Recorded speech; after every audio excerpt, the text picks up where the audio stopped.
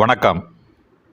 28/1/2026 புதன்கிழமை மாலை தஞ்சாவூர் கூட்டுறவு காலனி கிளை நூலக வாசகர் வட்டத்தின் 198வது கூட்டத்தில் பூண்டி புஷ்பம் கல்லூரியின் வணிகவியல் துறையின் மேனாள் பேராசிரியரும் மக்கள் சிந்தனை பேரவையின் மாநில துணைத் தலைவரும் தஞ்சை மாவட்ட ஒருங்கிணைப்பாளருமான காந்தியவாதி பேராசிரியர் கோ. விஜயராமலிங்கம் ஐயா அவர்கள் காந்தியும் பெரியாரும் எனும் தலைப்பில் நிகழ்த்திய அற்புத உரையினை கேட்க தங்களை அன்போடு அழைக்கின்றேன். வாருங்கள்.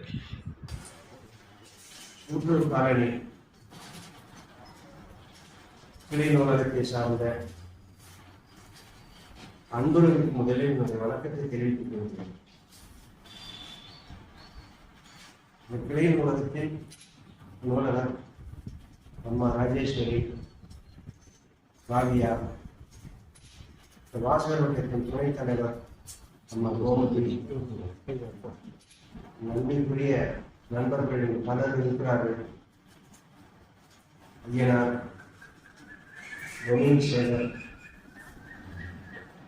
ஆசிரியர் தம்பி, ராமமூர்த்தி, பல நண்பர்கள் கலந்து ஜெயக்குமார் ஐயா, நம்முடைய நாடக பாடகர் ஐயா இருக்கிறார்கள்.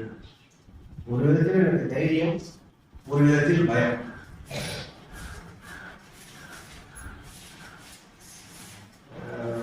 ஆசிரியர் சொன்னா கேட்கணும். என்னுடைய பேராசிரியர், எனக்கு பொருளாதாரம் போதித்த பேராசிரியர் எனக்கு எதிரே இருக்கிறார்கள். அது ஒரு அச்சம் இருக்கு. ஏன்னா ஒரு வகுப்புல நான் பார்க்கிறேன்.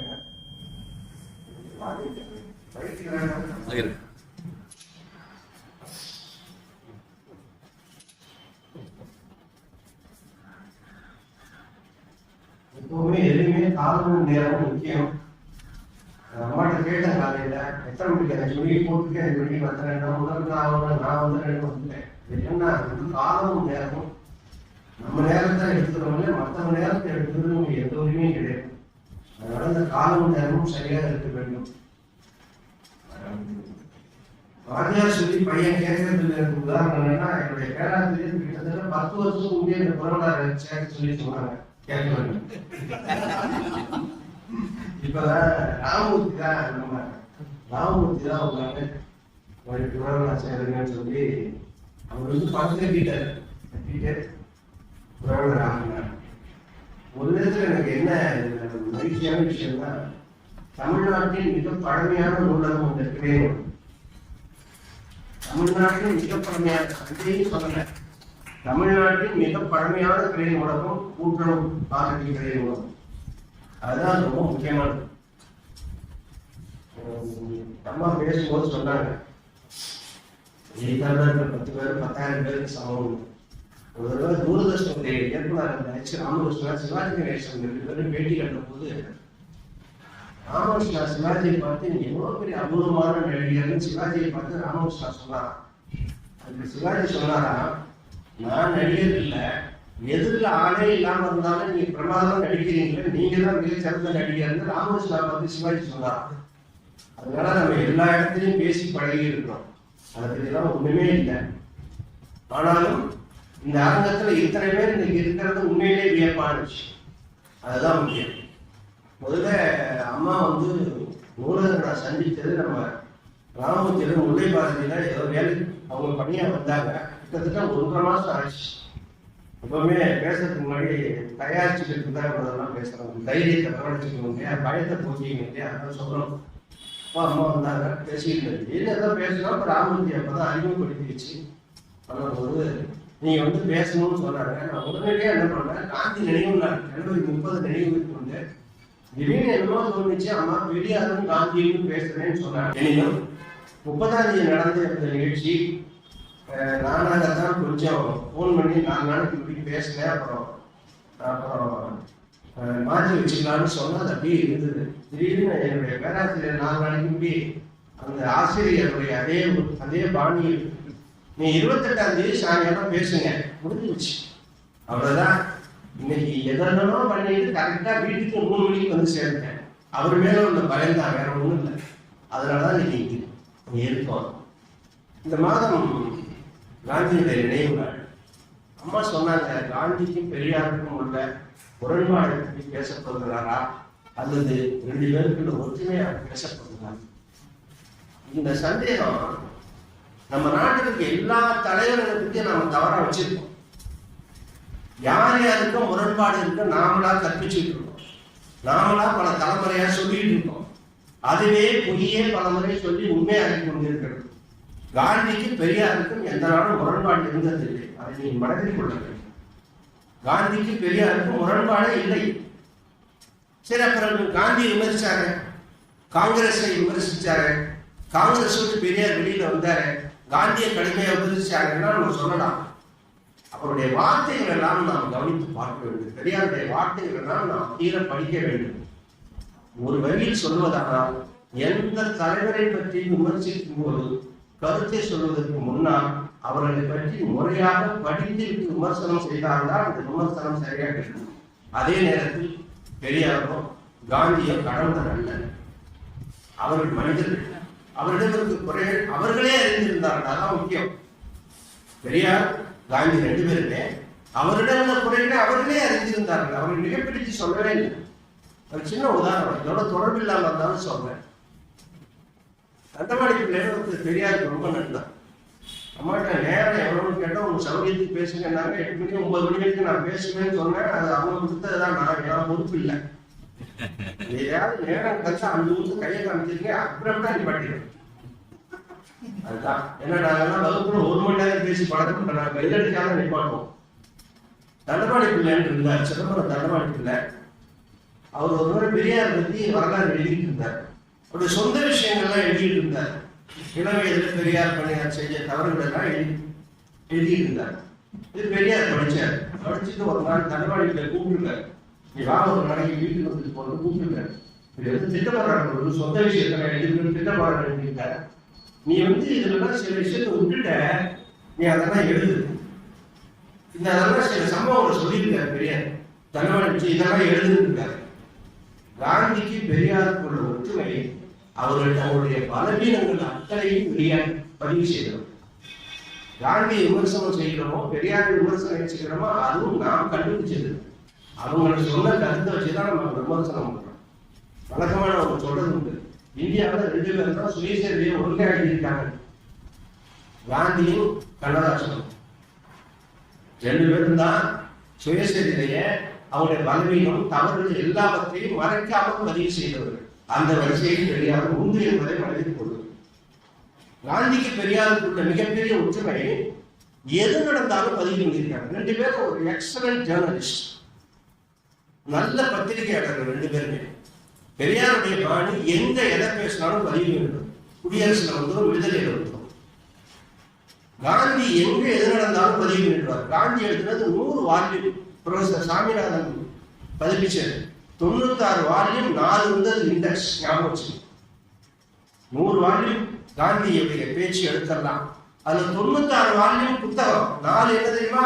அந்த 96 வால்யூம் இண்டெக்ஸ் மொத்தம் 100. பெரியார் ஆணையத்து பதிப்பிச்சது, பெரியார் சுயமரியாதை பிரிப்பது எத்தனை வால்யூம்? 2 பேரும் அவ்வளவு பதிவு பண்ணியிருக்காங்க. சமீபத்தில் ஒரு புத்தகத்துக்காக ஒரு கருத்தை நான் பெரியாரை பற்றி தேடிட்டு இருந்தேன். இல்லை இல்லைன்னு எல்லாம் சொல்லிட்டே இருந்தேன். அப்படி இல்லை அப்படி இல்லைன்னு. ஆனால் பெரியார் எழுதியதை பற்றி இப்ப நான் பார்க்கும்போது அது நடந்திருக்கிறது உண்மை. அப்படி சின்ன சின்ன விஷயத்தையும் பெரியார் பதிவு செய்திருக்கிறார். சரி, பெரியாருக்கு காந்திக்கு இளம் வயதுல எப்படி எல்லாம் ஒரு வாழ்க்கை இருந்தது பலருக்கு தெரிஞ்சதுதான். உங்களுக்கு ஒரு விஷயம் உங்களுக்கு இல்ல, பல பேர் தெரியாது. காந்தி ஆட்டுப்பால் குடிச்சாருன்னு சொல்றோம் இல்லையா? பெரியார் சின்ன பிள்ளைல ஆட்டுப்பால் குடிச்சு வளர்ந்துருக்காரு. எத்தனை பேருக்கு தெரியும்? பெரியார் இளம் வயதுல பாட்டி வீட்டுல தங்கிலாம் வளர்ந்தார், 8-9 வயசு வரைக்கும். அப்போ பெரியார் ஆட்டுப்பால் குடிச்சிருக்காரு. ஒற்றுமை எங்க இருந்து ஆரம்பிச்சது பாருங்க. காந்திக்காவது வழிகாட்டி இருந்தாங்க. காந்திக்கு வழிகாட்டி நிறைய இருந்தாங்க. நாடக வழிகாட்டுச்சு, கூட இருந்தவங்க வழிகாட்டினாங்க. அரம்பான்னு ஒரு அம்மா இருந்தாங்க. அவங்க தான் ராமனை பத்தி சொல்லி சொல்லி காந்தியை வளர்த்தவங்க. யார் அரும்பா? காந்தியோட வீட்டுல வேற இந்த கடைக்காரவங்க பேர் என்னங்க? அரம்பா. அரம்பா. அரம்பான்னு ஒரு அம்மா படிப்பன் அவங்க தான் ராமனை பத்தி சொல்லி சொல்லி கடைசி வரைக்கும் காந்தி சாக வரைக்கும் ராமன் இறக்கும் போதும் ராமன் சொன்னதா சொல்றாங்க, இல்லைன்னு சொல்றாங்க. ஆனா ராமன் கடைசி வரைக்கும் அவர் வச்சிருந்தார். இது பெரியாருக்கு யாராவது வழிகாட்டி உண்டா? அவர் சுயம்பு. பெரியாருக்கு யாருமே வழிகாட்டி கிடையாது. நல்லா யோசிச்சு பாருங்க, பெரியாருக்கு வழிகாட்டின்னு யாருமே கிடையாது. தானே வளர்ந்தவன், தானே வளர்ந்தவன். பெரியாருடைய அடிப்படை குணம்னா நாணயம், நேர்மை, ஒழுங்கு. ஒழுக்கம்னு நான் சொல்லல, நாணயம், நேர்மை, ஒழுங்கு. ஏன்னா ஒழுக்கம் இல்லாதவன் பெரியாரை ஒத்துக்கிட்டார். நம்ம அதனால அந்த போக வேண்டிய அவசியம் இல்லை. மூணுமே பெரியாரோட உடன் பிறந்த சொத்து. எல்லாவற்றிலும் நேர்மை, எல்லாவற்றிலும் ஒழுங்கு, கரார கடத்திடுவான். ஏன்னா அவங்க அப்பா வந்து வெங்கடப்ப நாயக்கர் கடை வச்சிருந்தவர், மண்டின்னு பேரு. காந்தியோட தாத்தாவாவது திவானா இருந்தவங்க பெரிய குடும்பம். பெரியார் குடும்பம் எல்லாம் பரம்பரை பணக்காரங்கெல்லாம் கிடையாது. பெரியாரோட தந்தையில இருந்தா வெங்கடப்ப நாயக்கர் தான் ஒரு சொத்தெல்லாம் உருவாடுச்சு. இன்னைக்கு அந்த மாளிகை போன்ற வீடு ஈரோட்டில் இருக்கிறது. எவ்வளவு பெரிய தலைவர்கள்லாம், தேசிய தலைவர்கள்லாம் வீட்டுல வந்து தங்கி இருக்கிறாங்க. இளம் வயது பெரியார் குடிப்பானவர், துடுக்கானவர். குடிப்பானவர், துடுக்கானவர். எதுவும் சொல்லி யார் பேச்சு கேட்க மாட்டார். அப்பா கண்டிச்சாரு, போச்சு, வீட்டோடு போயிட்டாரு. சாமியார் ஆனா இருந்தாங்க. சாமியார் வார்த்தை பொருந்தாது, துறவியானாங்க. சாமியாருக்கு துறவிக்கு வித்தியாசம் இருக்கு. நான் அவங்க விளக்கம் சொல்ல வேண்டியது. துறவியானாங்க. எல்லாவற்றையும் தொடர்ந்து ஓடிட்டார். ஆந்திரா போயிட்டார், அப்பாவுடைய கட்டுப்பாடு பிடிக்காம. அப்புறம் அவர் பிடிச்சி அழைச்சிட்டு வந்தாங்க. அப்படிப்பட்ட மனிதர், கட்டுப்பாடே இல்லாத வளர்ந்தவர். காந்தி எல்லா விதமான கட்டுப்பாடுகளோடு வளர்ந்தவர். வைஷ்ணவ குடும்பத்தில், ரெண்டு பேருமே வைஷ்ணவர்கள். வைஷ்ணவ குடும்பத்தில் பிறந்தவர். தன்னை விட இளம் வயது ராஜ்சந்திர ஒருத்தர் அவர் குருநாதராக இருந்தார். காந்தி காந்தியோட குருநாதர் பேர் ராஜ்சந்திர, ஒரு குஜராத்தி, ஒரு வணிகர். அவர் நம்ம சொல்றோம் இல்லையா, சேட்டுன்னு சொல்றோம் இல்லையா, அது அந்த குலத்தை சேர்ந்தவர் ராஜ்சந்திர. இளம் வயது, காந்தியை விட இளையவர், அவர் குருநாதராக இருந்திருக்கிறார். அது இப்படிதான் காந்தியோட இளம் வயது வாழ்க்கை, ஒரு ஒழுங்கான வாழ்க்கை. அப்படிதான் அந்த பெரியாருடைய வாழ்க்கை ஒழுங்கானது, ஆனா முரட்டுத்தனமானது, துடுக்கானது. இப்படிதான் அவங்க வளர்ந்தாங்க. ரெண்டு பேருமே பொது வாழ்க்கையை அவர்களே தேர்ந்தெடுத்து கொண்டாங்க. ரெண்டு பேருக்கு உள்ள பொது தன்மைகள். பெரியார் காங்கிரஸ்ல சேர்றார். எப்போ? 1919 தான் பெரியார் காங்கிரஸ்ல சேர்றார். அப்போ ஒத்துழையாமை இயக்கத்தை காந்தி நடத்திட்டு இருக்கு.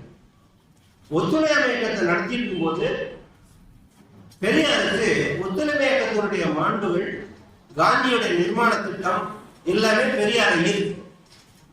1919 காங்கிரஸ்ல போய் இணைந்து எல்லா பணிகளையும் அவர் செய்கிறார். அப்படித்தான் அவருக்கு காங்கிரஸில் ஈடுபாடு வந்தது என்பதை விட காந்தி மேல அவருக்கு ஈடுபாடு வந்தது. ஒரு வரி கடைசியில சொல்ல வேண்டியதை முன்னாடியே சொல்லியிருந்தார்.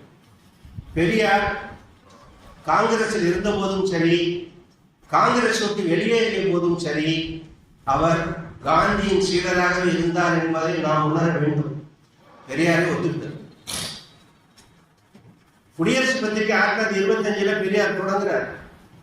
பத்திரிகை தொடங்கும் போது அதுக்கு எதுக்கு தொடங்கணும்னு சொல்லுவாங்க இல்லையா, இந்த பத்திரிகை இதுக்காக தொடங்குறேன். 1925 குடியரசு பத்திரிகை பெரியார் துவங்கும் போது இந்த பத்திரிகையை துவக்கத்தின் நோக்கம் காந்தியுடைய நிர்மாண திட்டங்களை மக்களிடம் பரப்புவதுதான். குடியரசு பத்திரிகையோட துவக்கத்துல மோட்டரா அவர் போடுறார். பெரியார் துவங்கும் போது 1925 101 வருஷம் ஆச்சு குடியரசு பத்திரிகை ஆரம்பிச்சு. தொகுப்பு நிறைய இருக்கு. இப்படித்தான் காங்கிரஸுக்குள்ள பெரியார் கொஞ்சம் கொஞ்சமா போறார். அப்போ ஒத்துழையாமை ரொம்ப பெரிய அளவுல நடந்துட்டு இருக்கு, இந்தியா முழுக்க நடக்குது.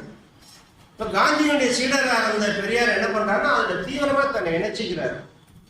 ஒத்துழைமை இயக்கம்னா என்ன நமக்கு தெரியும். எந்த அரசு இயந்திரத்தோடு ஒத்துழைக்க கூடாது, எந்த அரசு இயந்திரத்தின் உதவியும் நாடக்கூடாது, எந்த நீதிமன்றத்தையும் நாடக்கூடாது, அரசு நிர்வாகத்திலிருந்து ஒதுங்கி இருக்க வேண்டும். அதான் ஒத்துழையாமை. இதனால பெரியாருக்கு எவ்வளவு நஷ்டம் வந்ததுங்கிறது நம்ம அளவிட முடியாது. 1919 50,000 ரூபாய்க்கு இன்னைக்கு ஒரு கணக்கு சொல்லி உத்தேசம். 1919 50,000 ரூபாய். பெரியாருக்கு 50,000 ரூபாய் பணம் வர வேண்டியிருக்கு வெளியில இருந்து. ஒத்துழையாமை நடக்குது. அரசு நிர்வாகத்தை நாடக்கூடாது, நீதிமன்றத்தை நாடக்கூடாது. இந்த 50,000 ரூபாய் பணத்துக்கு கோர்ட்டுக்கு போக வேண்டிய சூழ்நிலை. ஆனால் தான் ஏற்றுக்கொண்ட கொள்கைக்கு தன்னை விசுவாசமாக வைத்துக் கொண்ட பெரியார், காந்தியினுடைய ஒத்துழையாமை இயக்கத்தை மனதாக நேர்ந்து கொண்ட பெரியார், இந்த 50,000 ரூபாய் போராடும் பரவாயில்லை என்று நீதிமன்றத்தை நாட மறுத்துள்ளார். இந்த 50,000 போயிட்டு இதில் கூடுதல் தகவல் என்னவென்றால், சேலத்தில் விஜயநாகராச்சார் மிகப்பெரிய வழக்கறிஞர், ராஜாஜி போன்று மிகப்பெரிய வழக்கறிஞர், இந்திய காங்கிரஸ் கட்சிக்கு ஒரு முறை தலைமை தாங்கினார். சேலம் விஜயநாகராச்சார் அவ்வளவு பெரிய புகழ் வாய்ந்த மனிதர், அகில இந்திய புகழ் வாய்ந்த மனிதர். அவர் பெரியாருக்கு நண்பர். ராஜாஜி மாதிரியே விஜயநாகராச்சாரே பெரியாருக்கு நண்பர். அவர் ஒரு நாள் இணையாண்மை மாதிரி எல்லாம் பண்ணிட்டு முட்டாத்தனமா காசு 50,000 ரூபாய் போட்டமா, அதுல ஒரு 28,000 ரூபாய் பத்திரமா இருக்கு. பத்திரம் பாண்டு. அவர் என்ன சொல்றாரு விஜயநாகராச்சாரி, ஒன்றும் பண்ண வேண்டாம், நீ போட்டுக்கலாம், வர வேண்டாம் சாமி, நீ ஒரு வக்காலத்தை மட்டும் போட்டு கொடு, இந்த 28,000 மீட்டுக்கலாம் அப்படின்னு விஜயநாகராச்சாரி பெரியார்ட்ட சொல்றாரு. ஒத்துழையாமை என்ன எதையும் நாடக்கூடாது. அப்புறம் நான் கையெழுத்து போட்டு கொடுத்து நீ போனாலும் நான் வந்து தலையை போன்ட்ட அந்த 28,000 ரூபாய் போச்சு. ஆக எவ்வளவு பிடிவாதமாக பெரியார் காந்தியினுடைய திட்டங்களை ஏற்றுக்கொண்டிருந்தார்கள். இது சின்ன உதாரணம். பொதுவா கதரை பற்றி நிறைய சொல்லுவோம். தமிழ்நாட்டுல நூல் நூற்பதை ஒரு வேள்வியாக முதலில் துவங்கி வைத்தவர் பெரியார். நூல் நூற்பது துணி நெய்யறதெல்லாம் அப்புறம், நூல் நூற்பதை ஒரு வேள்வியாக தமிழ்நாட்டில் துவங்கி வைத்தவர் பெரியார். காந்தியினுடைய அந்த கதர் திட்டத்தை ஏற்றுக்கொண்டு தெரு தெருவா கதர் துணிய மூட்டை தோல்ல போட்டுட்டு காலார நடந்து போய் கதர் துணியை வித்தவர் பெரியார். காந்தியுடைய கோரிக்கை ஏற்றுக்கொண்டு அவ்வளவு பண்ணியிருக்கார். கதர் துணியை விற்றது மட்டும் இல்ல, அவருடைய மதுவிலக்கு கொள்கை காந்தியை விட தீவிரமானது. பெரியாருடைய மதுவிலக்கு கொள்கை காந்தியுடைய மதுவிலக்கு கொள்கையை விட தீவிரமானது. காந்தி சொன்னார், மதுவிலக்குக்கு மதுக்கடை முன்னாடி மறியல் செய்யுங்கள், குடிக்க வரவங்க எல்லாம் குடிக்காதேன்னு மன்றாடி கை விப்பி கேட்டுக் கொள்ளுங்கள். இதுதான் காந்தி சொன்னது. பெரியார் எப்பவுமே ஒரு கொள்கை எடுத்துக்கிட்டாருன்னா அது ரொம்ப தீவிரமா இருப்பாரு தெரியும். வாரான்னு உங்களுக்கு தெரியும். அண்ணாவால அகரகாலத்தின் அதிசய மனிதர் என்று கூறப்பட்ட பா ராமசாமி எல்லாம் நம்ம தஞ்சாவூர் மாவட்டம் தான்.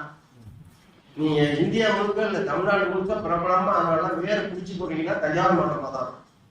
பெரியார்கள் பார்த்தீங்கன்னா அரசியல்வாதிகள் இருந்தாலும் சரி, பத்திரிகையாளர் இருந்தாலும் சரி, சுதந்திர போராட்டக்காரர்கள்லாம் பார்த்தீங்கன்னா பூர்வீக தஞ்சை மாவட்டமா தான். அப்படிதான் இருந்தது. அப்போ நம்ம பெரியாருடைய நடவடிக்கைகள் அப்படிதான் இருந்துச்சு. இந்த கதை விற்கிறதுக்கு தெரிஞ்சவா போனார். மது ஒழிப்புல அவர் காட்டிய தீவிரம் இருக்கு இல்லையா? ஒரே ஒரு விஷயம் நீங்க கேள்விப்பட்டிருப்பீங்க. தென்னை மரத்தெல்லாம் வெட்டி வீழ்த்தினார், தென்னை மரத்தை வெட்டி வீழ்த்தினார்னு சொல்லுவாங்க. நம்ம வழக்கமா சொல்லுவோம் இல்லையா, எரியறத கொடுங்கன்னா கொதிக்கிறது அடங்கும். மரம் இருந்தாலும் கண்டு கட்டுவாங்க, மரத்தை வெட்டிடுவோம்னு வெட்டிட்டாரு. காந்தி சொன்னது கண்டு கடை முன்னால மறியல் பண்ணுங்க, குடிக்க வரவங்களை குடிக்காதீங்கன்னு கையெழுத்து கும்பிடுங்க. உட்காரலாமா கவியா? இவர் மேல போறார். அவருக்கு இந்த தென்னை மரத்தை வெட்டணுங்கிற எண்ணம் எப்படி வருதுன்னா, வடநாட்டுல ஈச்ச மரத்துல கல்லியா இருப்பாங்க. வடநாட்டில் ஈச்ச மரத்துல கல்லியா இருப்பாங்க. அங்கெல்லாம் என்ன பண்ணியிருக்காங்கன்னா ஈச்ச மரத்தை வெட்டி சாய்ச்சிருக்காங்க. காந்தியுடைய அறிவுரையை கேட்டு இவர் பார்த்தாரு, ஆகா நாமளும் தென்னை மரத்தை வெட்டிடுவோம்னு சொல்லிட்டு, தென்னை மரம் வெட்டினது எங்க தெரியுமா? அவருடைய சொந்த இடம் தான். அவருடைய மாம வீடு தாதகப்பட்டி, சேலம் தாதகப்பட்டி பெரியாருடைய மாம வீடு. அது இவருக்கு சொந்தமான இடம். காந்தி 13 வயசுல தனது சம வயதுடைய கஸ்தூரிபா காந்தியை கல்யாணம் பண்ணிட்டார். பெரியார் தன்னுடைய 19வது வயதுல 13 வயது நாகம்மையை கல்யாணம் பண்ணிட்டார். நாகம்மை மாமா சொந்தக்கார பொண்ணுதான். அதனால அந்த வெளியில வந்து அந்த சொத்து பெரியாருக்கு வந்துருச்சு. நேரா போய் 500 மரத்தை வெட்டினார். இவர் மரத்தை வெட்டினாரு சரி. இவர் கொஞ்சம் எப்பவுமே அதிகமாக தானே இருப்பாரு. பக்கத்துல கொள்ளையிற மரத்தெல்லாம் சேர்த்து வெட்டிட்டாரு. யாராவது கேட்டாங்களா பெரியார் எப்படி என் மரத்தை வெட்டினேன்னு? யாரும் கேட்கலையே. அவருடைய கொள்கை மதுவிலக்குக்காக மரத்தை வெட்டியிருக்கிறார், சேர்ந்து நம்முடைய மரத்தை வெட்டியிருக்காரு. யாரும் பெரியார் கேள்வியே கேட்கிறார். அந்த அளவுக்கு பெரியாருக்கு அது ஒத்துழைப்பு இருந்திருக்கு. அந்த மரத்தை எல்லாம் வெட்டி வீழ்த்திய அளவுக்கு காந்தியினுடைய நிர்மாண திட்டங்களில் ஒன்றான மதுவிலக்கை ஒரு கையில் எடுத்திருந்தார்.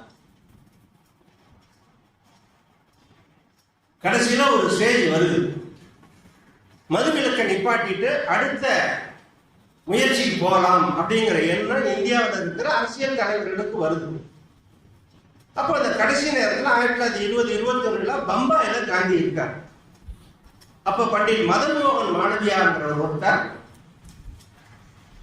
ஒரு பத்திரிகையாளர் சங்கரன் நாயர், 2 பேரும் காந்தி பேர் கேட்கிறாங்க, இந்த மதுவிலக்கு இந்த போராட்டம்லாம் எத்தனை வருஷமா நடந்துட்டு இருக்கு, ஏன் மாற்றி வேற போராட்டம் நடத்த வேண்டியதானே அப்படின்னு காந்தி கிட்ட கேட்கிறாங்க. காந்தி சொன்ன வார்த்தை இருக்கு இல்லையா, அதுதான் பெரியாருடைய பணிக்கு கிடைத்த அங்கீகாரம். கதர் கட்டது பெரியார் சும்மா விடல, அவங்க அம்மா சின்னத்தாங்க கதர் கட்ட சொன்னார். தங்கச்சி நாகம்மா, மனைவி நாகம்மாவை கதர் கட்ட சொன்னார். தங்கச்சி கண்ணம்மாவை கதர் கட்ட சொன்னார். எல்லாரும் கதர் கட்ட வச்சார். அவங்க அப்பாவை மட்டும் சொல்ல முடியல. பம்பாயில கேள்வி கேட்கும் போது காந்தி சொல்றார், மதுவிலக்கு அதை நிறுத்துவதற்கு எனக்கு அதிகாரமும் இல்லை, என் கையும் இல்லை, என் கையிலும் இல்லை. அது தமிழ்நாட்டை சேர்ந்த 2 பெண்களிடம் இருக்கிறது. அந்த பெண்கள் பெரியாருடைய மனைவி நாகம்மை, அவருடைய தங்கை கண்ணம்மா. காந்தி இதை சொல்லிட்டு மட்டும் விடல, தன்னுடைய யங் இந்தியா பத்திரிகையில எழுதுறார், மாறி மதுவிலக்கு கொள்கையை தமிழ்நாட்டில் தீவிரமாக அமல்படுத்திக் கொண்டிருப்பது பெரியாருடைய குடும்பம், அவருடைய மனைவி நாகம்மை, அவர் தங்கை கண்ணம்மாள் என்று பெரியார் காந்தி யங் இந்தியாவில் எழுதுகிறார். அப்போ காந்தியுடைய கொள்கைகளை, நிர்மாண திட்டங்களை, மதுவிலக்கு பிரச்சாரத்தை, கதர் போன்றவற்றை, ஒத்துழையாமை இயக்கத்தை எந்த அளவுக்கு பெரியார் காந்தியுடைய கொள்கையில் ஈடுபாடு கொண்டு தமிழ்நாட்டில் நடைமுறைப்படுத்தினார் என்பது வரலாறு. இந்தியாவுடைய மதுவிலக்கு வரைபடத்தில் ஈரோடு இடம்பெற்றது. அரிய தலைவர்கள் பித்தர்பாய் பட்டேல், கஸ்தூரன் ஐயங்கார், மோதிலால் நேரு, அத்தனை பேரும் இந்த போராட்டத்தின் போது ஈரோட்டில் பெரியார் வீட்டில் தங்கி ஆலோசனை நடத்தி இருக்கிறார். பெரியாருடைய முக்கியத்துவம் என்னவென்று நாம் உணர வேண்டும். வைக்கம் போராட்டம் பல பேர் கேள்விப்பட்டிருப்போம். என்ன அதுல நமக்கு ஒரு சங்கடமான விஷயம்னா, சரித்திரத்தில் அவர்களுடைய இடத்தை அவர்களுக்கு நாம் அளிக்கவில்லை என்றால் நாம் மனிதர்கள் அல்ல. சிலருக்கு சிலர் மேல் வெறுப்பு இருக்கும். அந்த வெறுப்பு கண்ணை மறைக்கும் போது அவர்கள் செய்கிற செயல்கள், நல்ல செயல்களை எல்லாம் நாம் ஏற்றுக்கொள்ள மறுக்கிறோம். சரித்திரத்தை வளைப்பதோ, சரித்திரத்தை உயர்த்தி பிடிப்பதோ, சரித்திரத்தை மாற்றி எழுதுவதோ, சரித்திரத்தை தம் இஷ்டம் போல் வளைப்பதோ மாறுவதும் தவறு, அது துரோகம். அவர்களுக்குரிய பங்கை நாம் கொடுத்தே ஆக வேண்டும்.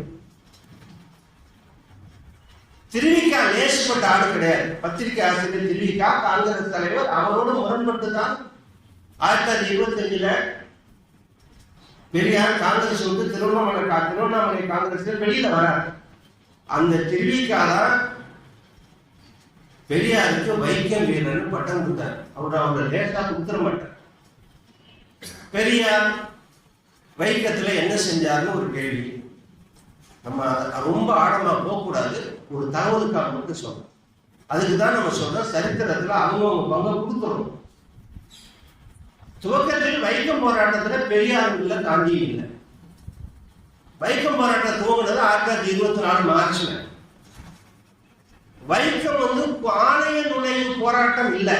பல பேர் அப்படி நினைச்சிட்டு இருக்காங்க. வைக்கத்தப்பன் கோயில் இருக்கிற வீதிகள்ல நம்ம தமிழ்நாட்டில் இருக்க தாழ்த்தப்பட்டவர்கள், போதக புலையர்கள், அப்படி தாழ்த்தப்பட்டவர்கள் நிறைய இருந்தாங்க. அவங்க எல்லாம் அந்த வீதியிலேயே நடக்கக்கூடாது. வைக்கத்தப்பன் ஆலயத்தை சுற்றி இருக்க வீதியிலே நடக்கக்கூடாது. அப்படித்தான் ஒரு ஏற்பாடு இருந்தது. இந்த வீதியில நடக்கிறதுக்கு உரிமை கோரிய போராட்டம் தான் வைக்கம் போராட்டம். ஆலய நுழைவு போராட்டம் இல்லை. அந்த வீதியில நடக்கிறதுக்கே போராட்டம். கோயில் கட்டுற போகக்கூடாது, வைக்கத்தப்பன் கோயிலுக்கு வாசல்ல போகக்கூடாது. அதுதான் போராட்டத்துக்கு அடிப்படை. இதை முதல்ல கையில எடுத்தது கேரளாவில் இருக்கிற திருவிதாங்கூர்ல இருந்த காங்கிரஸ் செயலாளர் KP கேசவ மேனன். அவர் தான் முதல்ல கையில எடுத்தார். 1924 மார்ச்ல காந்தி கிட்ட எழுதி கடிதம் எழுதினார். இந்த மாதிரி நடக்குது, போராட்டம் நடத்தி ஆகணும்னு. காந்தி உடனே ஆசி வழங்குகிறார், போராட்டத்தை நடத்துங்கள், ஆசி வழங்குகிறார். கேசவ மேனன் தான் ஆரம்பிக்கிறார். அவரோடு உடன் சேர்ந்தவர் இன்னொருத்தர் மாதவன் என்கிற பத்திரிகையாளர், மாதவன் நாயர் என்கிற பத்திரிகையாளர். இன்னொருவர் ஜார்ஜ் ஜோசப் என்கிற ஒரு வழக்கறிஞர். இந்த 3 பேரும் சேர்ந்துதான் முதல் வைக்கம் போராட்டத்தை கேரளாவில் தூங்கியவர்கள். மிக தீவிரமாக ஆரம்பிக்கிறது. அப்போது கேரளாவோட மன்னராக, திருவிதாங்கூரோட மன்னராக இருந்தவர் மூலம் திருநாள் ராமவர்மா. அவர் ரொம்ப தீவிரமா இருக்கார். 3 பேரையும் வரிசையா கைது பண்ணி சிறையில் அடைச்சிட்டார். கேசவ மேனன், மாதவன் நாயர், ஜார்ஜ் ஜோசப் 3 பேரும் ஜெயிலுக்கு போயிட்டாங்க. ஜெயிலுக்கு போயிட்டா போராட்டம் என்ன? தலைவர்கள் சிறை சேர்ந்தால் தொண்டர்கள் திண்டாடுவார்கள் அல்லவா? என்ன செய்யறதுன்னு புரியல. சிறையிலிருந்து கடிதம் எழுதுறதெல்லாம் வெளியில தெரிஞ்சு எழுத முடியாது. சிறையில் இருந்தபடியே ரகசியமாக என்ன பண்றார்? கடைசியா கைதான முதல்ல கேசவ மேனன், 2வது மாதவன் நாயர், 3வது ஜார்ஜ் ஜோசப் வரிசையா கைதாகிறாங்க. ஜார்ஜ் ஜோசப் கடிதம் எழுதுறாரு. யாருக்கு? பெரியாருக்கு எழுதியிருந்தார், காந்திக்கு எழுதியிருந்தார். காந்தி கிட்ட ஒரு எண்ணம் என்னன்னா, இந்த நடராஜபுரம் காலையில் ஒரு பிரச்சனை. இந்த நடராஜபுரம் காலையில் பிரச்சனைக்கு நடராஜபுரம் காலையில் இருக்கிற அருணாச்சல ஐயா மாதிரி போன்ற அதனுடைய பொறுப்பாளர்கள் போராடுறதா, இல்ல திருவாரூர்ல யாராவது 10 பேர் வந்து போராடுவாங்களா? எது சரியானதாக இருக்கும்? அவங்க ஆதரவு தரலாம். உள்ளூர் பிரச்சனை புரிந்து கொண்டவர்கள் யார்? காந்தி அதான் சொன்னார். திருவிதாங்கூர்ல இப்படி நடந்திருக்குன்னா தமிழ்நாட்டில் இருந்த மக்கள் அதற்கு ஆதரவு தர வேண்டும், தமிழ்நாட்டு மக்களுடைய ஆதரவை திரட்டுங்கள் என்று காந்தி கடிதம் எழுதினார். கடிதம் பெரியாருக்கும் போகிறது. ராஜாஜி தெரிந்து கொள்கிறார்.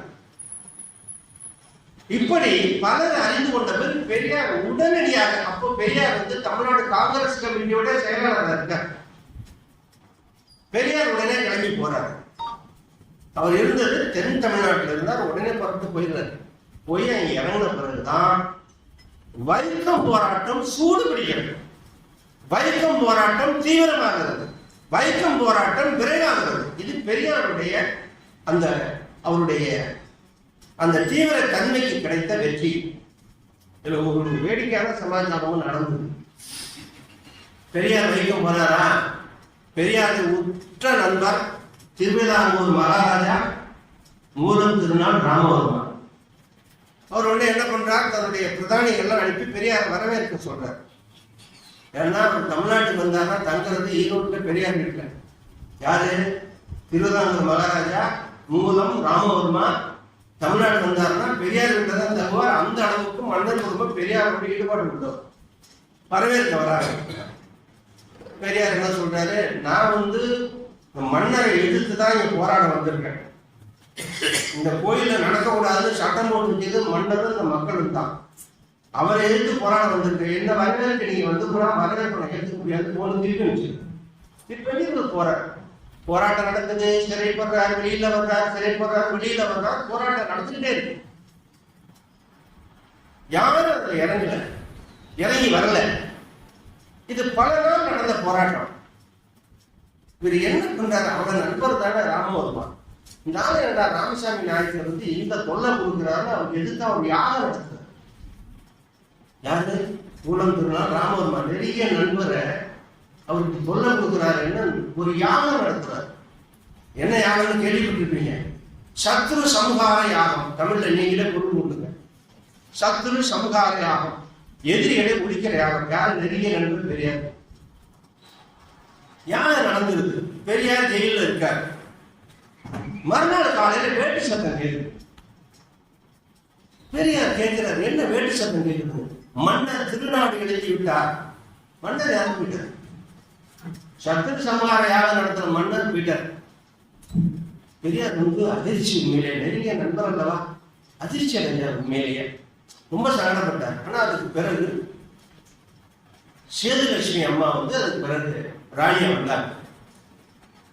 இது வைக்கம் போராட்டத்துல நடந்தது எல்லாமே பல நாள் நடந்தது, பல பிரச்சனைகளுக்கு பிறகு ஒரு எல்லைக்கு பிறகு ஓராண்டுக்கு கழித்து கிட்டத்தட்ட அப்ப காந்தி வந்து அகில இந்திய காங்கிரஸ் தலைவரா பெல்காம் மாநாட்டில் இருக்கார், அவரால் வர முடியல, கடிதம் எழுதுறார், ஆதரவு தெரிவிக்கிறார், எல்லாம் பண்றார். கடைசியில பெரியாரோட காந்தி வந்து சேர்றார். எப்போ கடைசியில வந்து சேர்றாரு. அவரால் வர முடியல, பெரியார் தான் ஃபீல்டில் இருக்கார். காந்தி வந்தோட பெரியார் காந்தி சேர்றாங்க. பெரியாரோட பெருந்தன்மையை நம்ம பாராட்டி ஆகும். இப்ப ராணி சேதுலட்சுமி அம்மா அந்த வீதியில நடக்கக்கூடாதுங்கிற பிரச்சனைக்கு உண்மையிலே தீர்வு காணணும் ஒரு முடிவுக்கு வர்றாங்க. அப்ப பெரியாரை கூப்பிடுறாங்க. அவர் நீண்ட நாள் இங்க தானே இருக்காரு, பெரியாரை கூப்பிட்டு பேச்சுவார்த்தைக்கு வாங்கன்னு கூப்பிடுறாங்க தம்மா ராணி. பெரியார் என்ன பண்றாரு, காந்தி கிட்ட நீங்க வந்திருக்கீங்க, நியாயமா அந்த ராணி கிட்ட பேச வேண்டியது நீங்க தான் பேசணும், நீங்க போய் பேசுங்கன்னு பெரியார் தனக்கு வந்து அனுப்பி காந்தி காந்தி போய் பேசுறாரு. ராணிகிட்ட பல விஷயம் அவருக்கே உரிய பாணியில, அவருடைய உரிய பாணி, காந்தியோட பாணி எல்லோரையும் வசீகரப்படுத்தும். காந்தியால வெளிப்படுத்த முடியாத இந்த உலகத்துல 2 பேர் தான். ஒண்ணு ஜின்னா, மூத்த பையன் அகிலா. இது எல்லாரையும் வசப்படுத்திட்டாரு. ஜின்னாவை வசப்படுத்த முடியல, தன்னுடைய மூத்த மகன் அகிலா 2 பேரையும் காந்தியால ஒண்ணும் பண்ண முடியல. ராணிகிட்ட பேசுறாரு. காந்தி பேசும்போது ராணி காந்தியுடைய சொற்களை கேட்டுக் கொள்கிறார்கள். பெரியார் நடத்திய போராட்டத்தின் அடிப்படையை தெரிந்து கொள்கிறார்கள். 2ஆம் முறை பெரியாருக்கு அழைப்பு வருகிறது, காந்திக்கு அழைப்பு வருகிறது. காந்தியுடைய பெருந்தன்மை இப்போது 2ஆம் முறை ராணியை சந்திப்பதற்கு முன்னாலே பெரியாரை அழைத்து இதெல்லாம் நடந்தது, உங்களுடைய கருத்து என்ன, உங்கள் கருத்தை சொல்லுங்கள், உங்கள் கருத்துக்களை வைத்துதான் பேச வேண்டும், களத்தில் இருந்தது நீங்கள், எனவே உங்கள் கருத்துக்களை சொல்லுங்கள் என்று பெரியாரிடம் கருத்துக்களை கேட்டுக்கொண்டு காந்தி சென்று ராணியிடம் பேசினார். பிறகு ராணி நடவடிக்கை எடுத்தார்கள். ராணிக்கு பிறகு அரசுக்கு வந்த சித்திரை திருநாள் பலராமவர்மா தான் சட்டம் போட்டு இதை நீக்கினார். இதுதான் வைக்கப்பட்ட வரலாறு, சுருக்க வரலாறு. நீங்க சேரன்மாதேவி குருகுல பிரச்சனையை நீங்க கேள்விப்பட்டீங்க. தமிழ்நாட்டில் மிகப்பெரிய அரசியல் மாற்றத்தை கொண்டு வந்தது சேரன்மாதேவி குருகுல பிரச்சனை. பவேசையர்னு கேள்விப்பட்டிருக்கீங்க. இந்த பக்கத்தில் இருக்க திருச்சியில் இருக்கிற வரகநேரி வெங்கட சுப்பையா பவேசையர் மிகப்பெரிய தேசியவாதி. பல பேர் அறியாத விஷயம், புதுச்சேரியில பாரதியார் வந்து கடலில் வந்து பூணூல் போட்ட செய்தி தெரியும். அது சாட்சியா இருந்தவர் பவேசையர்னு யாருக்கும் தெரியாது. கடலில் வந்து பாரதியார் புதுச்சேரியில பவேசையர் இருக்கார். அந்த பூணூல் போட்ட நிகழ்ச்சியின் போது பவேசையர் அதற்கு சாட்சியாக இருந்தார். எதுக்கு சொல்றேன்னா, எந்த ஒரு மனிதனுடைய தவறான செயல்களுக்கா அவருடைய மாண்புகளுடைய ஒரு செயல்களை நம்ம குறைக்கக்கூடாது என்பதற்காக சொல்கிறேன். அந்த சேரன்மாதேவி குருகுலம் இதற்காகவே போய் 2 நாள் இருந்து பார்த்து அந்த சேரன்மாதேவி குருகுலத்தை நான் கண்ணால பார்த்தேன். அந்த மனிதர் உலாவியிடம் அங்க நடந்த விஷயங்கள்லாம் பார்க்க வேண்டிய ஒரு வியப்பான செய்தி என்ன தெரியுமா, காந்தி படமும் சாவர்கரும் பக்கம் பக்கம் வச்சிருக்கேன். அநேகமா ஜெயக்குமார் காமிச்சிருப்பேன், எனக்கு நினைவு இல்லை. காந்தி படமும் சாவர்கர் படமும் பக்கம் பக்கம் வச்சிருக்கேன், பக்கம் பக்கம் வச்சிருக்காரு அந்த பரத்வாஜ் ஆசிரமத்தில்.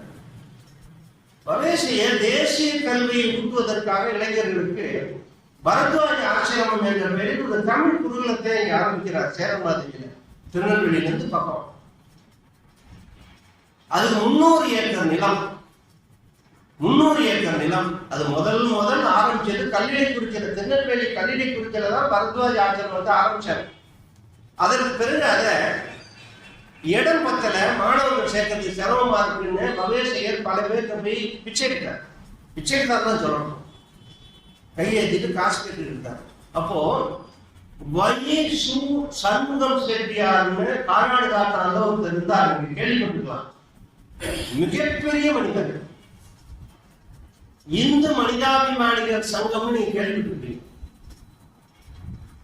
பாரதியார் இங்க போய் இருந்து பாரதியாரோட படம் என்ன இருக்குன்னா அங்க எடுத்த படம் தான். கானாடு காத்தன் சுப்பிரமணிய செட்டியார் அவருடைய அழைப்பின் பேர் பாரதியார் போயிருந்த போது எடுத்த படங்கள் தான் இருக்கு. பாரதிதாசனுடைய விருப்பத்தில் எடுக்கப்பட்ட படம் 2 தான். பாரதியாருக்குள்ள படம் வேற எங்கேயும் படம் கிடையாது.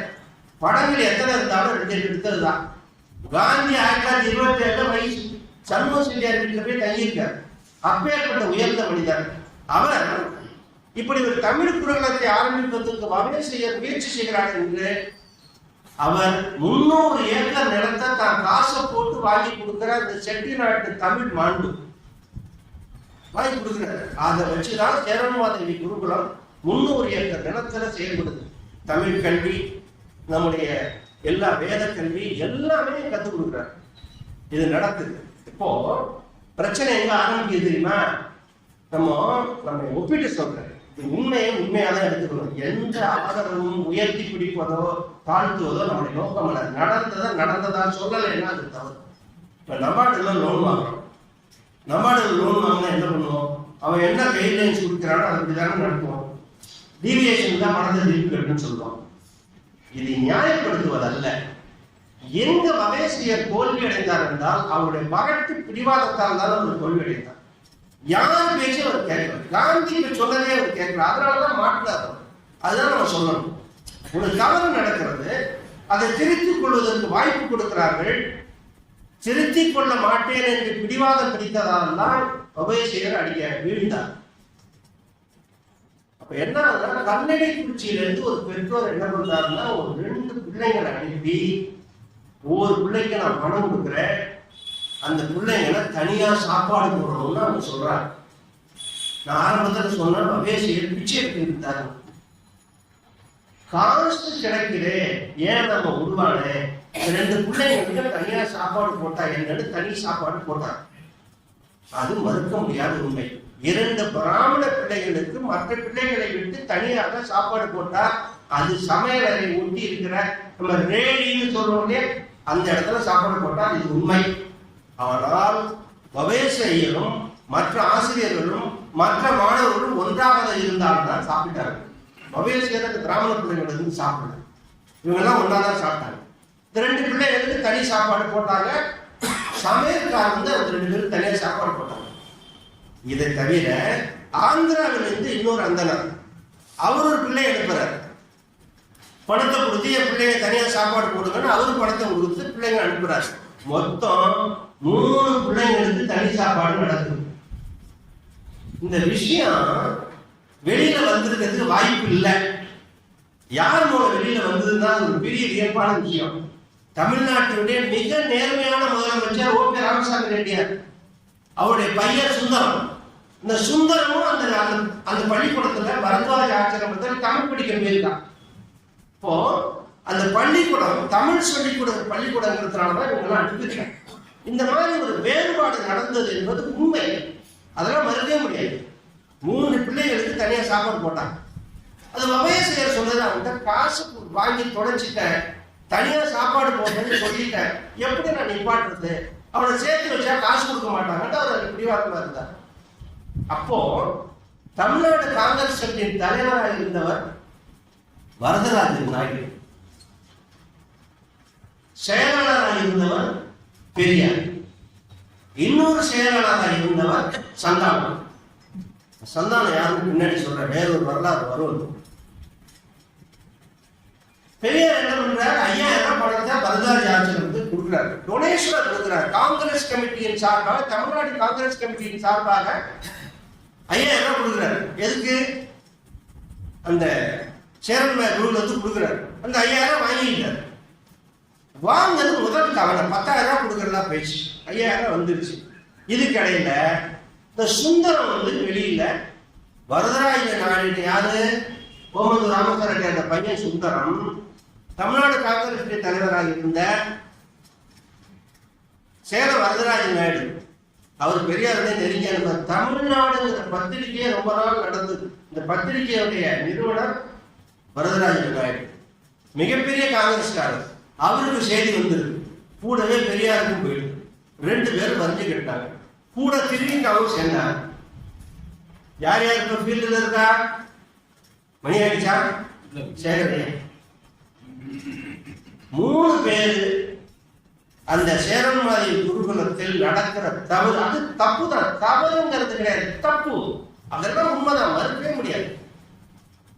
3 பேரும் அந்த பவேசையர்கிட்ட போய் சண்டை போடுறாங்க. ஏன்னா அவரும் 3 பேருக்கு நண்பர் தான். சண்டைன்னா அப்படி சண்டை போடுறாங்க. இதுக்கு இடையில வவேசையர் ஒரு வேலை பண்ணிட்டு இருந்தாரு.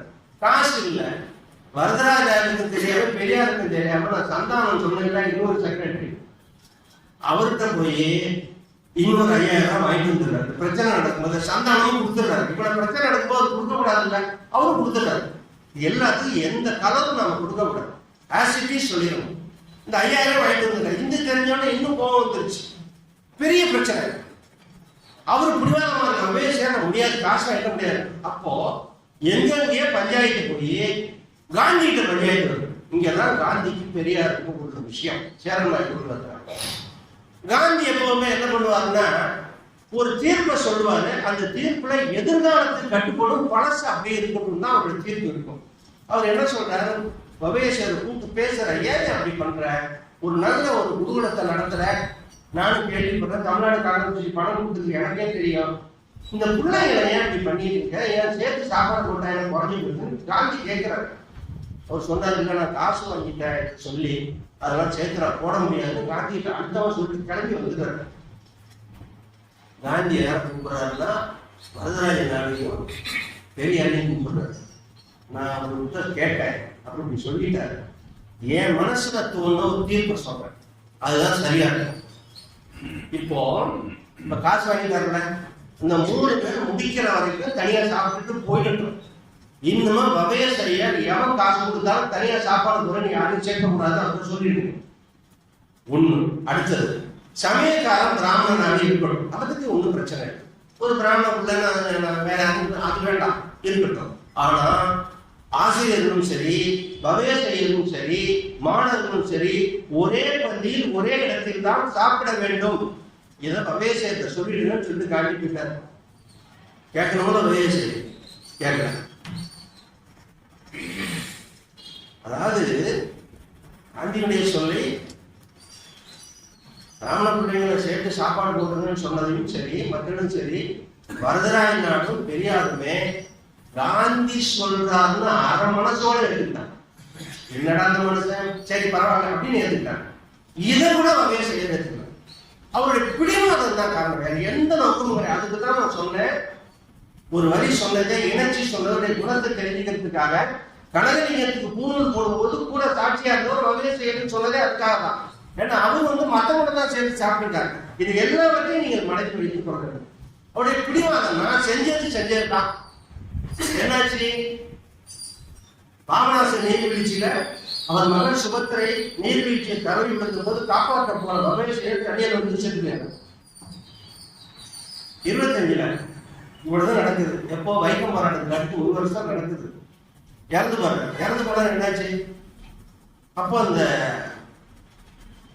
ஆச்சரமா அந்த குருகுலத்தை நிர்வாகம் பண்ணவர் மகாலய ஐயர் ஒரு மனிதர், அவர் அதே பிடிவாதத்தில் இருந்தார்.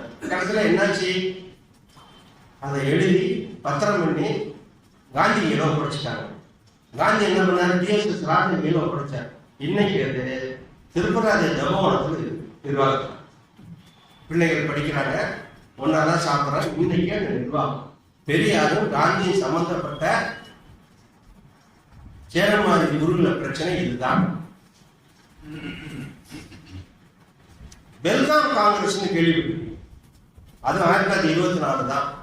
எப்போ வைக்கம் போராட்டம் நடந்த போது அதே நேரத்தில் நடந்தது. அதனால காந்தியால உடனடியாக வர முடியலன்னு நமக்கு சொன்னோம். காந்தி தன்னுடைய வாழ்நாளில் ஒரே முறை தலைவராக இருந்தது பெல்காம் காங்கிரஸ் தான். 1924, 101 வருஷம் ஆச்சு. ருமினிகை கையில் இருக்கு, புத்தகத்துல இருக்கு. பெல்காம் காங்கிரஸ் 100 ஆண்டு கடந்தது. இந்த பெல்காம் காங்கிரஸ் சில முக்கியத்துவம் உண்டு.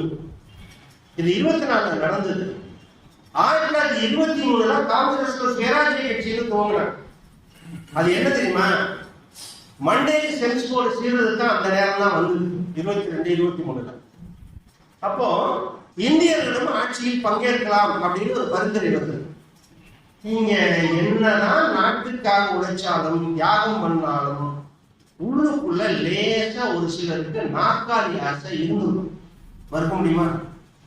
என்ன பண்ணாங்க? என்னடா அப்படியே ஒத்துழைமை காந்தி எப்பதான் நம்ம ஆட்சி அதிகாரத்தை பார்க்கறதுன்னு ஒரு சிலருக்கு ஆர்வம் இருந்தது.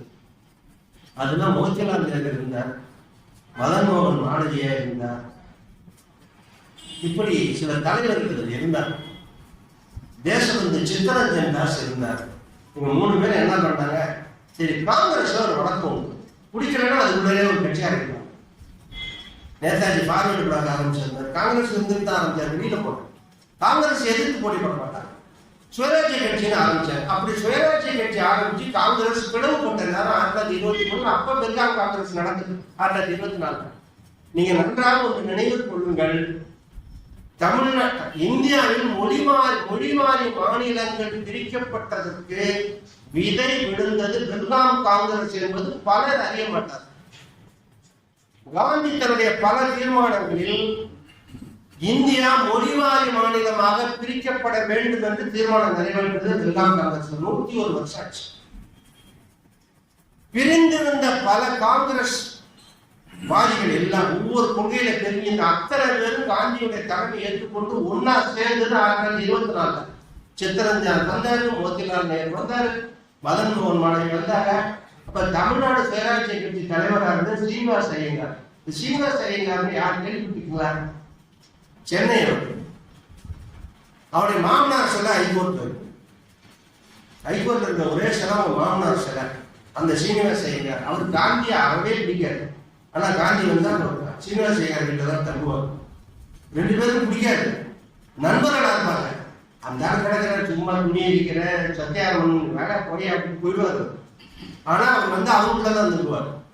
காந்தி ஒரு முறை சொன்னாரு, சீனிவாச ஐயங்கார் வீட்டுக்கு வந்தபோது முதலில் நான் திண்ணையில் இருந்தேன், கடைசியில் நான் அடுப்படி வரை செல்வதற்கு வாய்ப்பு எனக்கு கிடைத்தது.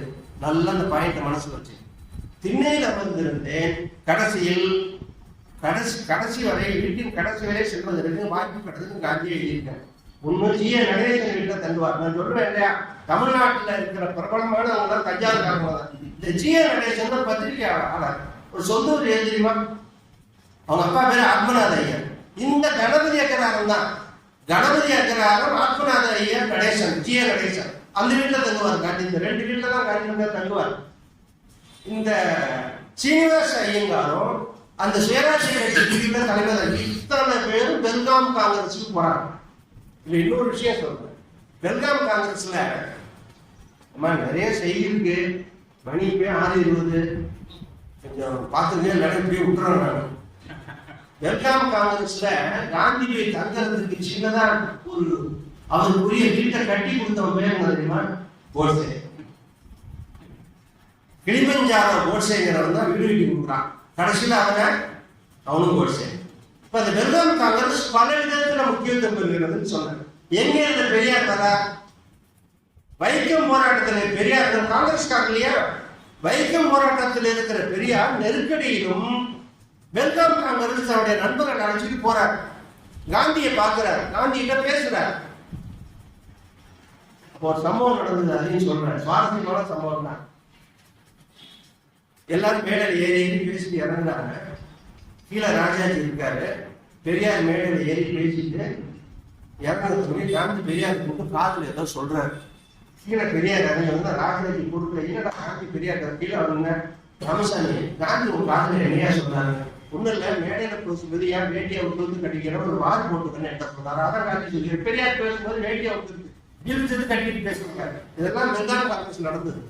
அப்போ பெரியார் ஒரு பிரச்சனையோட போறாரு. நல்லா கவனிக்கிறீங்க. வைக்கம் போராட்டம் தலைக்கு மேல இருக்கு பெரியார். நாட்டு பிரச்சனைன்னு வரும்போது அதுக்கு பெரியார் முக்கியத்துவம் கொடுக்குறாரு. பெருங்காம் காங்கிரஸ் காந்தி தலைமை ஏற்றிருக்கிறார். அவருக்கு 1008 பிரச்சனை, ஏகப்பட்ட தீர்மானங்கள் நிறைவேற்றிட்டே இருக்காங்க. அப்ப பெரியார் ஒரு பிரச்சனையோட போறாரு. என்ன பிரச்சனை தெரியுமா? தமிழ்நாட்டு கதர் போர்டு பிரச்சனையோட போறாரு. தமிழ்நாட்டை கதர் போர்டு, நீ நல்லா கவனிங்க, இந்தியாவில் கதருக்கு உற்பத்தி ஸ்தானம் தமிழ்நாடு தான். இந்தியாவில் கதர் இந்தியா முழுக்க இருக்கு, சர்வதேச சட்டம் இருக்கிறது. ஆனால் அதுக்கு அடிப்படை எதிர்மா தமிழ்நாடு, திருப்பூர் தான் இந்தியாவிலே முதல் சர்க்கா சங்கம் ஆரம்பிச்சது. இன்னைக்கும் திருப்பூர் தான் முன்னாடி இருக்கு. அந்த திருப்பூர்ல அந்த சர்க்கா சங்கம் இருந்துச்சு, கதர் போர்டு இருந்துச்சு. அப்போ அதுக்கு செயலாளராக இருந்தவர் யாருன்னா முன்னாடி சொன்ன கே சந்தானம். யாரு? பவேஷ் ஐயருக்கு பெரியாருக்கு தெரியாம ஐயா தான் படம் கொடுத்தார். அந்த சந்தானம் அவருடைய செயலாளராக இருக்காரு. அவர் என்ன தெரியுமா, பின்னாடி 1948 நேரு அமைச்சரோட ரயில்வே மினிஸ்டர் இருந்தார். இந்தியாவோட முதல் ரயில்வே மினிஸ்டர் அவர் தான், சந்தானம். அவர் எந்த ஊரு? இந்த மன்னாருக்கு பக்கத்துல குமுட்டி தகவல். அவர் சொந்த ஊர் தான், மன்னாருக்கு பக்கத்துல குமுட்டி தகவல் ஒரு ஊர் இருக்கு, அந்த ஊரை சேர்ந்தவர் தான் சந்தானம். இவங்க 2 பேருக்கும் பெரியாருக்கு சந்தானத்துக்கு ஒத்துப்பாங்க. பெரியார் அந்த கதர் சங்கத்தினுடைய தலைவர், சந்தானம் செக்ரட்டரி. காந்திகிட்ட பஞ்சாயத்து பெரியார் கொண்டு போறாரு. எங்க பெல்காம் காங்கிரஸ் நெருக்கடியில வைக்கம் போராட்ட நெருக்கடியில் என்ன சொல்றாருன்னா, நீங்க இவரை செக்ரட்டரி ஆக்குனீங்க, யார அவரை வச்சுக்கிட்டேன், சந்தானத்தை வச்சுக்கிட்டேன், இவர் செக்ரட்டரி ஆக்குனீங்க, நான் சொல்றேன் ஒண்ணு கூட கேட்க மாட்டாரு. அப்பாயின்மெண்ட் நிறைய இருக்கு, அவர் இஷ்டத்துக்கு போட்டுட்டு இருக்காரு, அவர் வேண்டியவங்களுக்கா போட்டுட்டு இருக்காரு. வேண்டியவங்களுக்குன்னா என்னன்னு நீங்க புரிஞ்சுங்க அப்படி சொல்றாரு பெரியார்.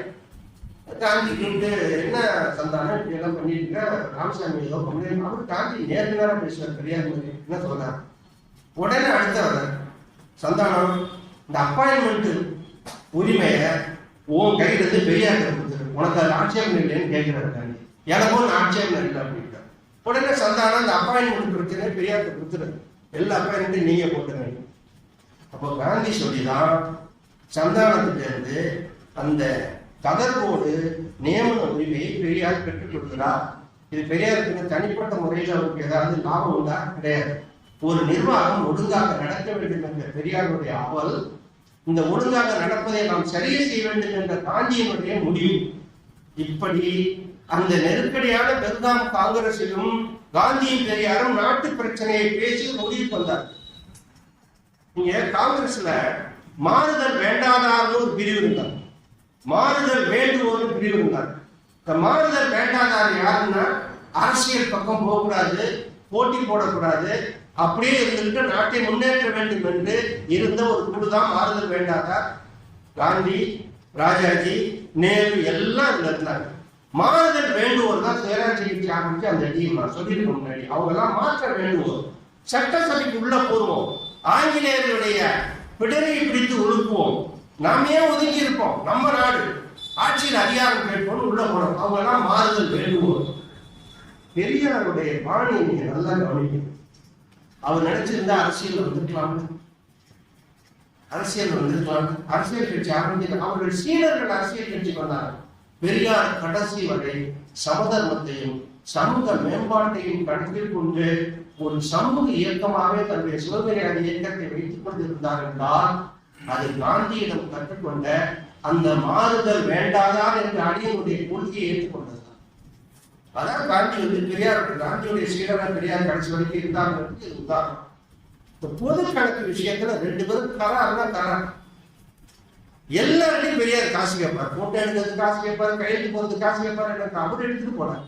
அவர் வாங்கிய காசு எல்லாம் இன்னைக்கு பல நிறுவனங்களாக ஆழ விருட்சமாக நிற்கின்றன. பெரியார் 5 பைசா 10 பைசா வாங்கின காசு இந்த திருவெரும்பூர்ல இருக்க இவர கல்லூரி யாரு? இளையர் வாங்கி கொடுத்த இடம் தான். இப்படி அவர் கூச்சப்படாமல் காசு வாங்கி சேர்த்ததெல்லாம் இந்த தமிழ்நாட்டின் மிகப்பெரிய நிறுவனங்களாக இருக்கின்றன. காந்தி அந்த சீனிவாச ஐயங்காருடைய மகள் அம்புஜா காந்தி அழைச்சிட்டு போய் வளர்த்தார். இந்த அம்மா காந்தியை வச்சு சொல்றது என்னமா, காந்தியாரா இப்படி பெண்கள் விளையாட்டு கையை பார்ப்பாருன்னா வடிவை கட்டி கொடுத்துடணும்னு அர்த்தம், கழுத்தை பார்த்தாருன்னா கழுத்துல செயினை கட்டி கொடுத்துடணும் அர்த்தம். அப்படிதான் காந்தி அவர் பார்த்துட்டாரா மறுபடியும் பார்வையை இருக்கும்னு சொல்லுவாங்க. அப்படி பாஞ்சிருவாரு. அந்த அம்புஜன் சொன்னாங்க, காந்தி இஸ் எ டேலண்டட் பெக்கர்னு சொன்னாங்க, ஒரு திறமையான பிச்சைக்காரன். அப்படி காசு வாங்குவார். அவர் வாங்கின காசெல்லாம் குஜராத் யூனிவர்சிட்டி இருக்குல்ல, அது குஜராத் வித்யாபீடம், அது காந்தி ஆரம்பிச்சது. இந்தியாவில் இருக்கிற பல அமைப்புகள், நவஜீவன் ட்ரஸ்ட் எல்லாம் அத்தனைக்கும் அந்த பணம் போய் சேர்ந்தது. அது பொது நிர்வாகம், சிக்கனம் எல்லாவற்றிலும் காந்தி பெரியார் ஒன்றாக இருந்தார். ஆனால் காந்திக்கு பெரியாருக்கும் கருத்து வேறுபாடு ஏற்பட்டது எப்பொழுது என்றால், நடைமுறைப்படுத்துவதில் காங்கிரஸில் பல பேர் காந்தியை மீறி செயல்படுகிறார்கள், காந்தி கட்டுப்படுத்தவில்லை என்று பெரியார் காங்கிரஸ் 1927 விலகி இருக்கிறார், 25 விலகி இருக்கிறார், 27 வெளியே வந்தார். திருவண்ணாமலை மாநாட்டில் ஒரு பிரச்சனையில வெளியே வந்ததா, 27 வெளியே வந்துடுறார் சுத்தமா. 33 பெரியார் அரெஸ்ட் ஆகி ராஜாஜி பெரியார் சிறையில் இருக்கும்போது 1933 ராஜாஜி கேட்கிறார் பெரியார்கிட்ட, காங்கிரஸ் போய் அந்த கிழவன் வந்து சொல்றார் காந்தி, இந்த கிழவன் வந்து அவங்க கட்டுப்பாடுல இல்லை, யார் யார் பேச்சே கேட்டுக்கிட்டு அவர் வந்து ஆடிட்டு இருக்காரு, காங்கிரஸ் கோச்சிக்காருமே பெரியார் சொல்லலாம் மைக்கு நாசமா போச்சு, அதனால நான் இன்னும் வரமாட்டேன், அந்த கிழவன் நீங்க கட்டிட்டாரு இப்படியே சொல்றாரு. அவரு நல்லவர் தான், அவர் கட்டுப்பாட்டு இல்லைன்னு. ஆனால் காங்கிரஸ் விட்டு வெளியே வந்தாலும் அவர் நீதி கட்சி ஆரம்பித்த போது நீதி கட்சி உறுப்பினர்களை கதர் கட்ட சொன்னார், நூல் நூற்க சொன்னார், மதுவிலக்கை அமல்படுத்த சொன்னார். 3 யார் கொடுக்க? காங்கிரஸ் வெளியில வந்துட்டார், காந்தி இருக்கு வெளியில வாங்கினார். அதுதான் சரி. காந்தி செத்த போது என்ன சொன்னார்? உலகமே போட்டுக்கின்ற உத்தமர், உலகத்தில் இருக்கிற 90% மக்கள் பாராட்டுகிற ஒரு மனிதர் இறந்து விட்டார். நாம் எல்லாம் இருக்க அறையில் கருப்பு சாயத்தை பூசிக்கொண்டிருக்கிற மனிதர்கள் போல் நாம் திண்டாடி கொண்டிருக்கிறோம். இந்த நாட்டின் எதிர்காலம் என்னவாகும் என்றே எனக்கு தெரியவில்லை. அவர் என்ன அயோக்கியத்தனம் செய்ய சொன்னாரா, காலித்தனம் செய்ய சொன்னாரா, முரட்டுத்தனமாக நடந்து கொள்ள சொன்னாரா, மக்களை எல்லாம் அகிம்சை வழியில் நடத்த சொன்னார், அன்பாக இருக்க சொன்னார். அவர் இறந்து விட்டார். ஆகவே இந்த நாட்டிற்கு காந்தி தேசம் என்று பெயர் வைக்க வேண்டும் என்று பெரியார் பேசினார். இதை விட கூடுதலாக ஒன்று சொன்னார். பெரியார் மதத்தை வெறுத்தார், காந்தி மதத்தில் இருக்கிற சீர்கேடுகளை கடைய முனைந்தார். ஆனால் அந்த பெரியார் இந்து மதத்திற்கு காந்தி மதம் என்று பெயர் வைக்க வேண்டும் என்று கடைசியில் சொன்னவர் பெரியார். இப்படி காந்திக்கு பெரியாருக்கும் நட்பும் அன்பும் இருந்தது. கடைசி வரை பெரியார் காந்தியிடம் வந்து என்ன கற்றுக்கொண்டாரோ, காங்கிரசுக்கு வெளியே இருந்தாலும் காந்தியின் சீடராகவே அனைத்தையும் நடைமுறைப்படுத்தினார்.